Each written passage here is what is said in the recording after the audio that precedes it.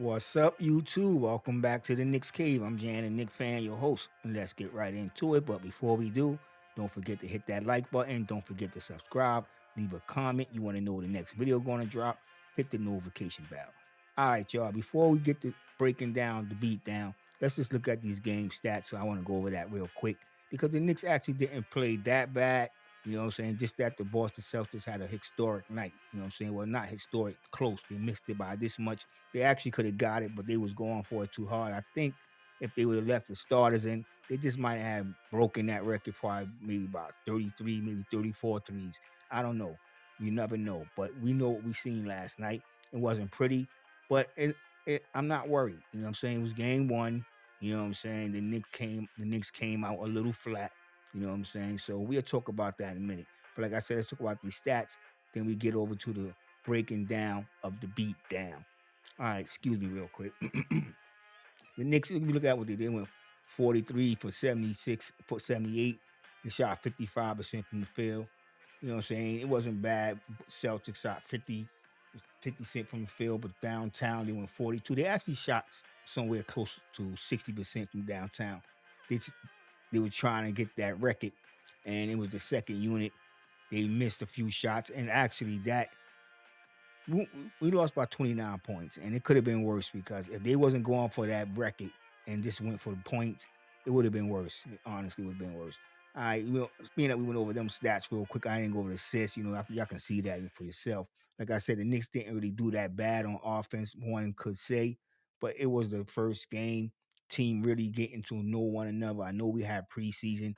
They should have worked out, the kinks during preseason, but it was a little vanilla in preseason. Let's be real, it was a little vanilla in preseason. Towns, I think let's get to the stats. You know what I'm saying?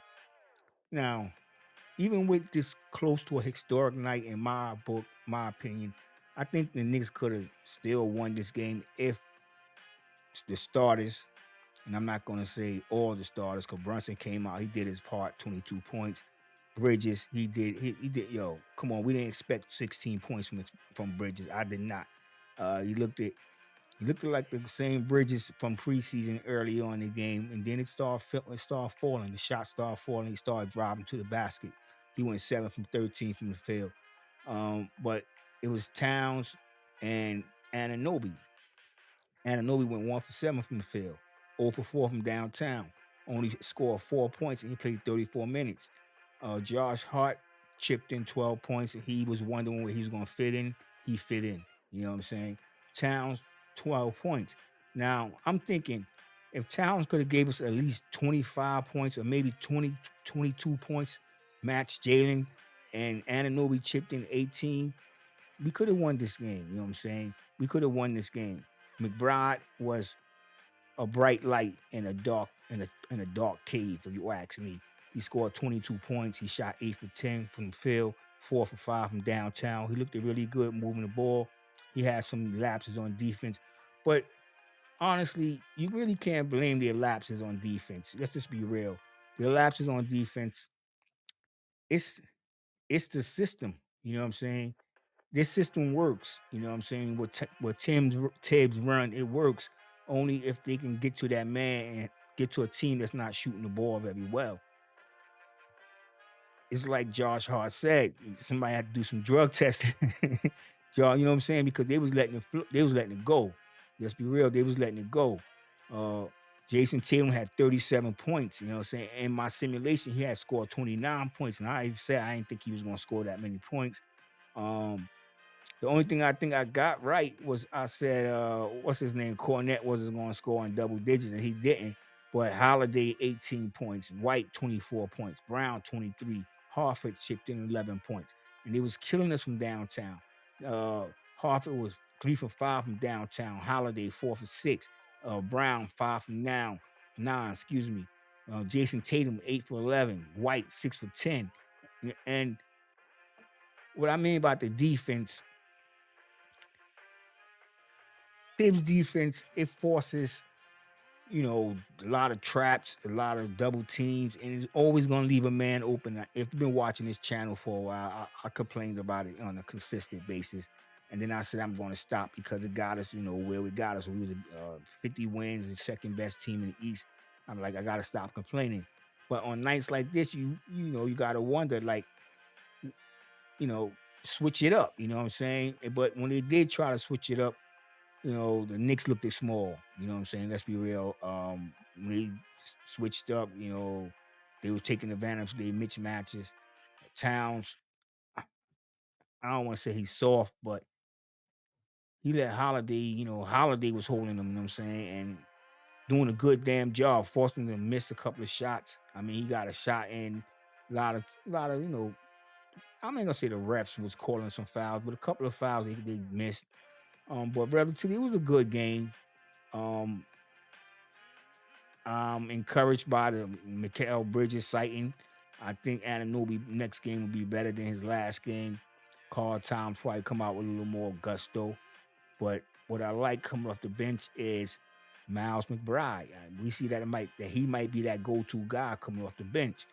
Another thing that I question, because let's be honest, you know what I'm saying, that 3-point barrage killed us.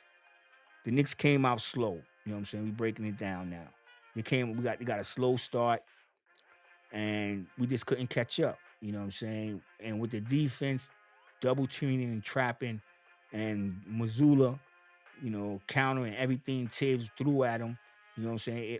It left a man open. Like if you see this right, there's always a man open on the play. Now Tatum did come up and hit some cats in their face, and they had Sims, like the mismatches I was talking about, like a couple of times Sims was on him. And Sims was giving him too much respect because Sims know he can go around him. And he was very comfortable taking that three over Sims. I think Hawker Putty, this is why I was coming in earlier. I think Hooker Putty would I think he should be the first big off the bench. I think he should be coming off the bench over Sims.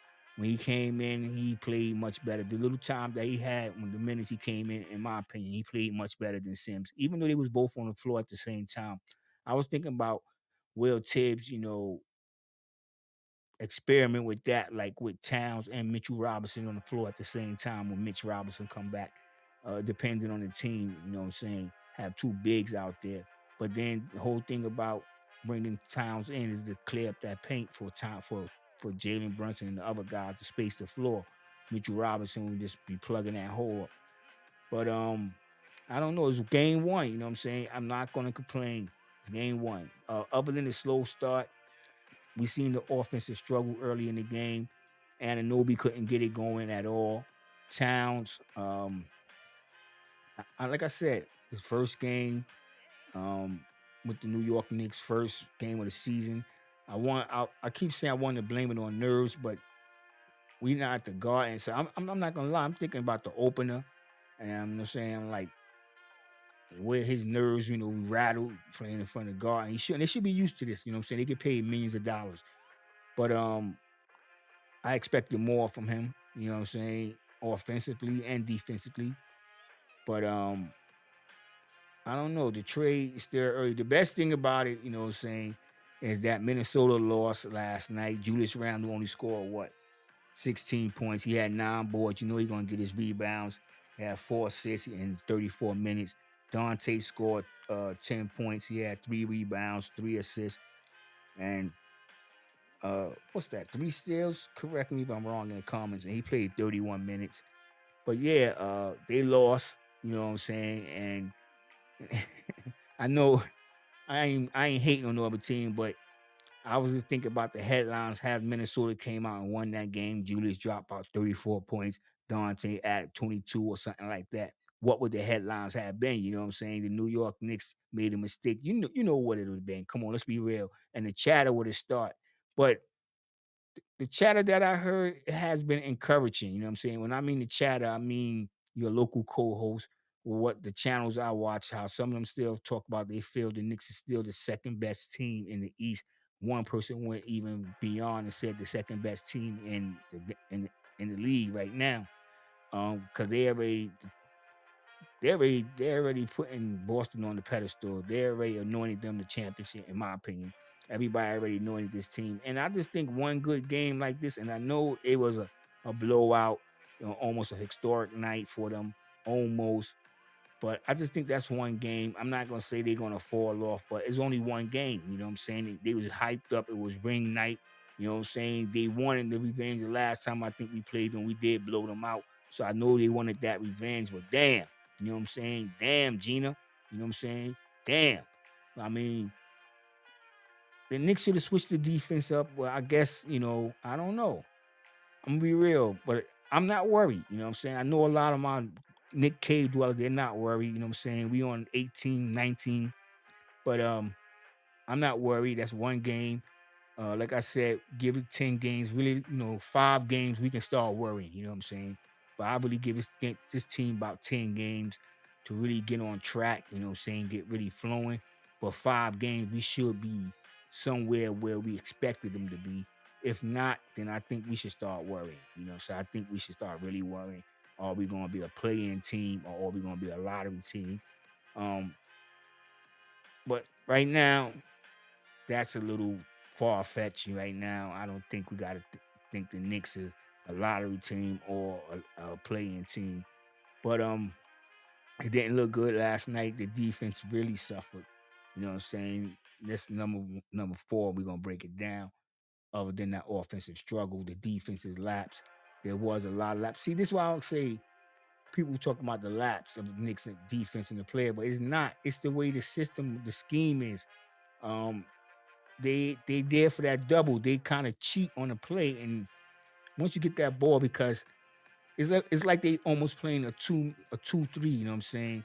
And I be using that in 2K. And if I don't get that man out there in time, I get burnt every time with a 3.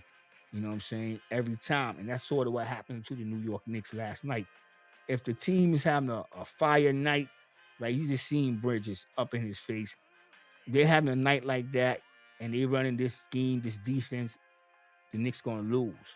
You know what I'm saying? It's up to the coach to make the adjustments. And last night, Missoula was spot on. You know what I'm saying? He had his game plan. He came out with his game plan. His game plan worked from beginning to end. And Tibbs just didn't adjust. That was the real factor. We can't really blame the players. I mean, the players got to get out there and hustle, but the coach got to put the players in the right position to win. And last night he didn't do it. He let the Boston do what they want, the Celtics do what they want. I thought he should have put Gaudier in a little bit sooner. Um, Even Toppin, you know what I'm saying? Even if we wouldn't have scored, it would bring a little bit more size. I would rather have them guys following them, putting them on the line, with other than them just shooting threes, excuse me, other than them just shooting threes all night. Yeah, but it's just one game. It's just one game. I'm not gonna let it worry me. But we get to game 5 and we ain't get a significant win, or play to the ability that I think that they should. Because I don't care if we get a win, but we don't look good in that win, I'm still gonna be worried. You know what I'm saying? A win is a win. You know what I'm saying? Yes, in the counting in the standings, but if we and especially if it's a team that we supposed to be, and they come in and give us a tough game where we got to put up a last minute shot to beat them, or rely on a bad call from the referee, I'm gonna start worrying. I'm gonna be real. I'm gonna really start worrying. But right now, I'm not gonna worry. You know what I'm saying? I'm not gonna really worry because another part of this was the bench performance. Precious Achiuwa was out. That account for some of our size.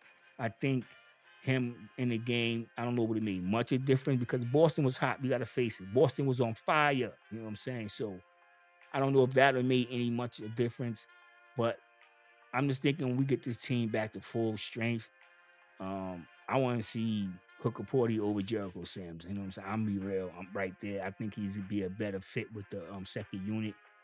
Um, Peyton did all right. Excuse me, Payne did all right. But I still want to see Corlett out there because I got a video coming out. I think Corlett is going to be win the Rookie of the Year for assists, and I think he should be out there. I think he would really calm down that second unit, and he can score. You know what I'm saying? So I know there's a little concern about his defense right now and being a rookie, and you know teams are gonna try to take it to him. But I think he should be out there with the second unit. I think it would be a smarter a game plan that he would run. I just think he's a better point guard than Cameron Payne, and I think he shoot the ball better. I'm more comfortable with his shot than I am with Payne. I'm be real. But it was only game one, only game one, and I'm not worried. And y'all shouldn't be worried right now. But tell me what y'all think in the comments. If y'all still here, don't forget to hit that like button. And if you haven't subscribed already, please hit that subscription. You know what I'm saying? Subscribe. And you know what I'll say. With that being said, I want everybody to stay safe, stay healthy. God bless and peace.